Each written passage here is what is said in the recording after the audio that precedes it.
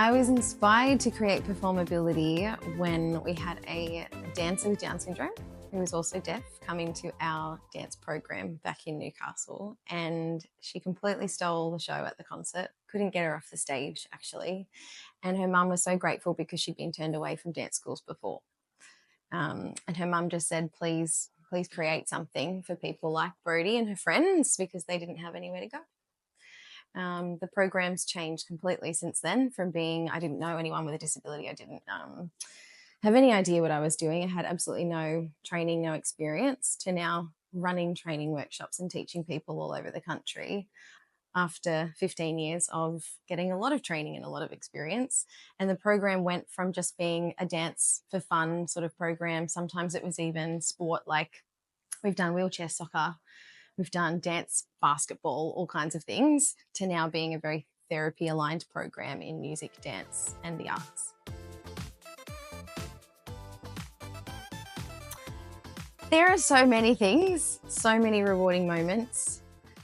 A standout for me would be a student, Liam, who when he first started, he didn't want to come into the space. He was very anxious and nervous about that.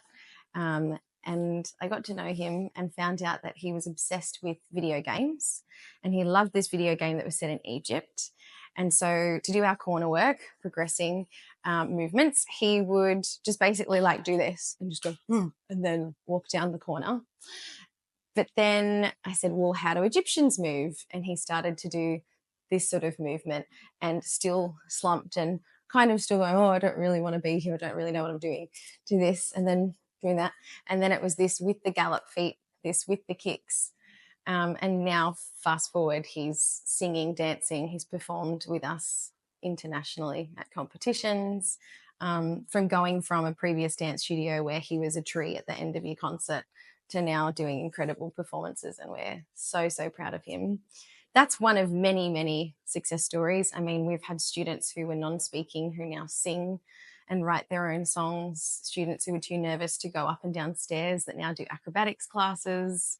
The list goes on. It's super rewarding, and there's magic in this building every single day. In terms of making the performing arts accessible, I don't think it's hard. I think people just need to change their mindset and change their thinking. I think people believe that the word accessible, or the first thing they think of when they hear the word accessible is, do you have wide enough halls for people with wheelchairs? Or do you have accessible parking and an accessible bathroom?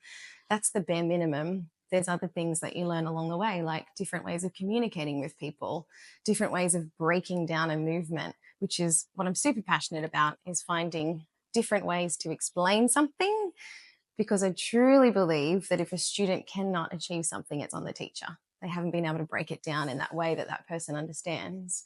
And I think that's what accessibility is, making it possible, including people in all of those sorts of ways. That's when training is important. That's when you need to know a little bit of sign language, different communication techniques, different ways to adapt movements. There are so many things, I guess, that do go into that side of it. But it's having an open mind, and it's believing that everybody can do what they can do. And that's the first thing that people say when they visit us here is, I'm so surprised at what everyone can do. Whereas that doesn't surprise us, because we know that they can, they just need to be given the chance. So it's opening your doors. That's how you become inclusive.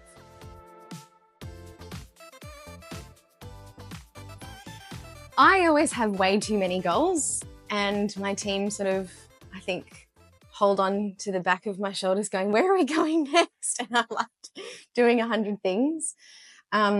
We are licensing and partnering with other mainstream dance studios, because I know that there are people with disability everywhere who want to access a program like this, and that's the best way for us to help them do so. So we have partners with studios in South Australia. We've got partners coming up in Western Australia and in Queensland as well. And so we're going to be supporting the mainstream studios to have performability classes, which has been a dream of mine for ages. And I just came back from Adelaide yesterday from supporting one of the studios at their concert. And it was such a dream to see the performability classes of theirs performing at the concert, doing our routines. We have some secret goals, but things that will change what inclusion currently looks like in the performing arts space, partnering with some great organisations and providing, I'm thinking about what I can say without saying too much, but making what the performing arts can do in terms of working with people with disability something that everybody will see and know what they can do and see themselves reflected. People with disability seeing themselves reflected so that they're inspired to know that they can do everything as well. That's my secret.